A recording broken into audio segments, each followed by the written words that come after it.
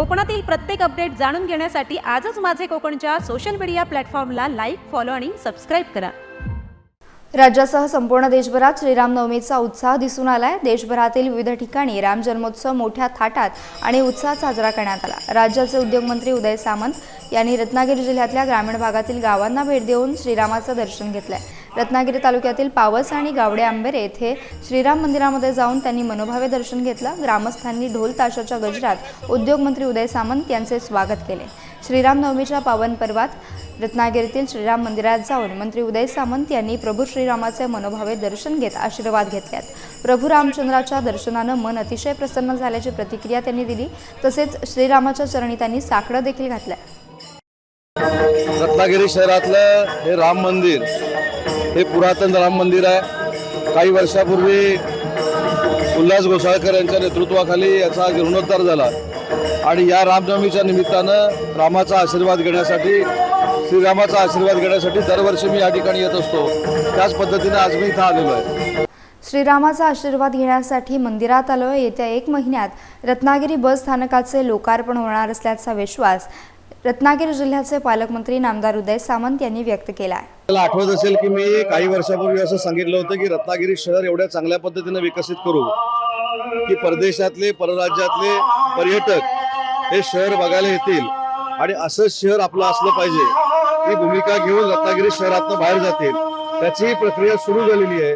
रस्त्याची कामं संपली की अजूनही या शहराला एक वेगळं वलय प्राप्त होणार आहे आणि अनेक लाखो पर्यटक रत्नागिरी शहर बघायला रत्नागिरीमध्ये येतील। येत्या 1 महिन्यामध्ये रत्नागिरीचं बस स्थानक हे लोकार्पण करण्याचा सोहळा या रत्नागिरीमध्ये सुरू होईल आणि महाराष्ट्रातलं अत्याधुनिक आणि हायटेक बस स्थानक हे आपल्याला रत्नागिरीमध्ये बघायला मिळेल। नुकसान भरपाई वसुली प्रकरणात कोर्टाने आदेश देताच रत्नागिरी जिल्हाधिकारी कार्यालयावर जप्तीची कारवाई सुरू करण्याची नामुष्की शुक्रवारी महायुती सरकारवर ओढवली आहे। पोलीस बंदोबस्तात जिल्हाधिकाऱ्यांची खुर्ची उचलण्यात आली, तसेच इतर काही सामान देखील बाहेर नेण्यात आला।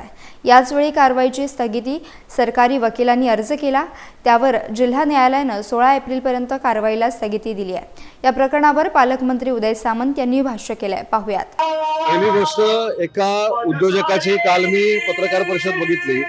मला असं वाटतं की एवढ्या घमेंडीमध्ये अशी पत्रकार परिषद घेऊ नये।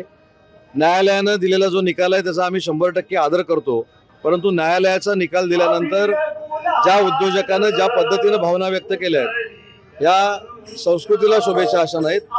खुर्ची जप्त करण्याचे जे निकाल दिले होते त्याची काही कार्यप्रणाली ही कोर्टामध्ये ठरलेली आहे आणि कोर्टामध्ये ठरलेल्या कार्यप्रणालीवर बाहेर चर्चा करणं हा देखील न्यायालयाचा अवमान आहे आणि म्हणून मी जिल्हाधिकाऱ्यांना सांगितलं की कोर्टाचा मान सन्मानच राहिला पाहिजे। कोर्टाने जे निर्देश दिले त्याचं पालन झालं पाहिजे। त्याच्या संदर्भात आमच्या प्रांताधिकाऱ्यांनी जे काय प्रक्रिया करायची ती केलेली आहे, पण कोर्टाच्या निकालावर बाहेर पत्रकार परिषद घेऊन बोलणे हा देखील न्यायालयाचा अवमान झालाय आणि त्याच्या विरोधामध्ये देखील मी प्रांतांना आजच सूचना केल्या की कोर्टाकडे दाद मागावी।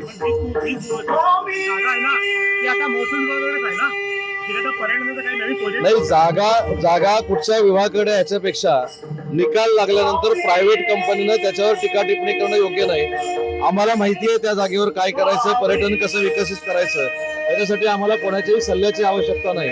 परंतु एखादी बाहेरची व्यक्ती येऊन जिल्हाधिकाऱ्यांची खुर्ची जप्त केली याच्यावर रत्नागिरीमध्ये समाधान व्यक्त करते हे खेदजनक आहे। आपल्याकडे असलेली मुस्लिम बांधवांची मते विधेयकानंतर महायुतीकडे जाणार आहेत।